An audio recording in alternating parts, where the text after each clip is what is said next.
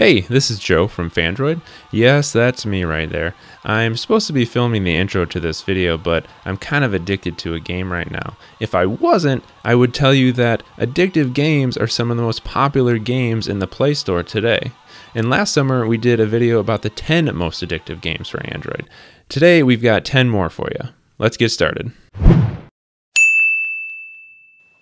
Addictive is a puzzle game with a scientific twist. Your job is to create valuable elements such as gold, platinum, and silver by combining like atoms. The best way to do that is by creating symmetrical strings. What makes it addictive is there's no timers or pressures to beat the game. Your own high score is motivation enough to keep you playing over and over again.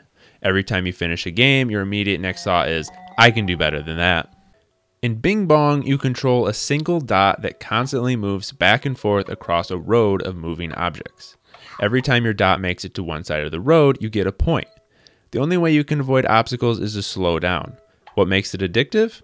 There's no time to stop and think, but since the game is all about timing, you really need to think. This makes for quick decisions that aren't always the best, and the games go so quick that you'll immediately start playing again after it's over. Crossy Road is a modern version of the classic game Frogger. The goal is to get as far as possible without being killed. You have to cross busy roads, rivers filled with logs and lily pads, railways, and more. What makes it addictive? Crossy Road is one of those games that feels a lot easier than it really is. Every time you die, it feels like you just made a mistake rather than the game actually being difficult. So you'll play over and over again because you can't end on a silly mistake. The goal of current flow is to supply energy to light bulbs by creating a complete circuit. To do this, you tap on tiles to rotate conduit pipes. Once the pipes create a complete circuit between the power source and the light bulb, it will light up. What makes it addictive? Like a lot of puzzle games, this one sucks you in by starting off very easy. Eventually, you won't be able to finish a level in one attempt, and that is where just one more try turns into 50 more tries. Some games are hard, some games are easy. Freakin Math is a rare game that somehow can be both. All you have to do is choose if a simple math equation is right or wrong, but you have only 2 seconds to choose. What makes it so addictive is that quick timer.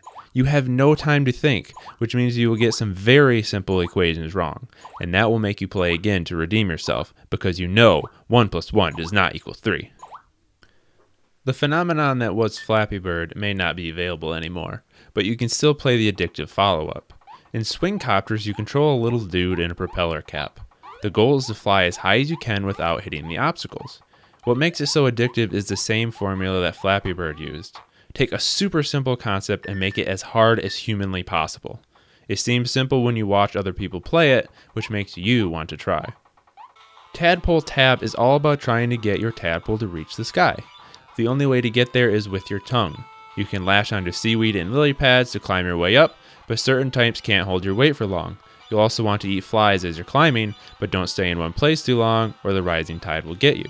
What makes it addictive? There's a lot to process while you're playing this game. You have to pay close attention to the things you latch onto, the flies around you, the tide below you, and power-ups to snag.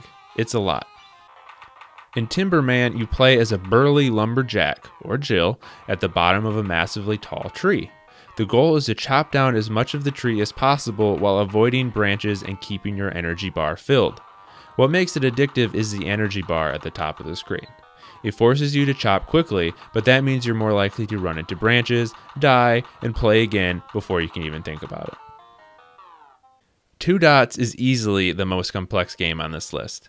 At the core, it's about connecting strings of dots, but sometimes the dots are frozen in ice, sometimes there's fire, sometimes you have to get anchors to the bottom of the grid. What makes it addictive? Many things. Connecting dots to clear a grid is an addictive concept on its own.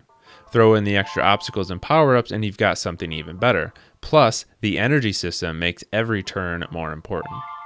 Like so many other addictive games, the premise of Ultra Flow is simple in theory. Get your ball to the goal. In order to do that, you need to bounce your ball off the walls. But it doesn't stop there. You're only allowed a certain amount of bounces, and there are tons of obstacles making it more difficult. What makes it so addictive is the quick turnaround time. You can double tap to retry before the current turn is even over. Never having to wait for a new turn means there are no breaks for you to stop playing. And that's our list of the top 10 most addictive games of 2015. Be sure to check out our list from last year and click the link in the description to find links to download all of these games. Thanks for watching.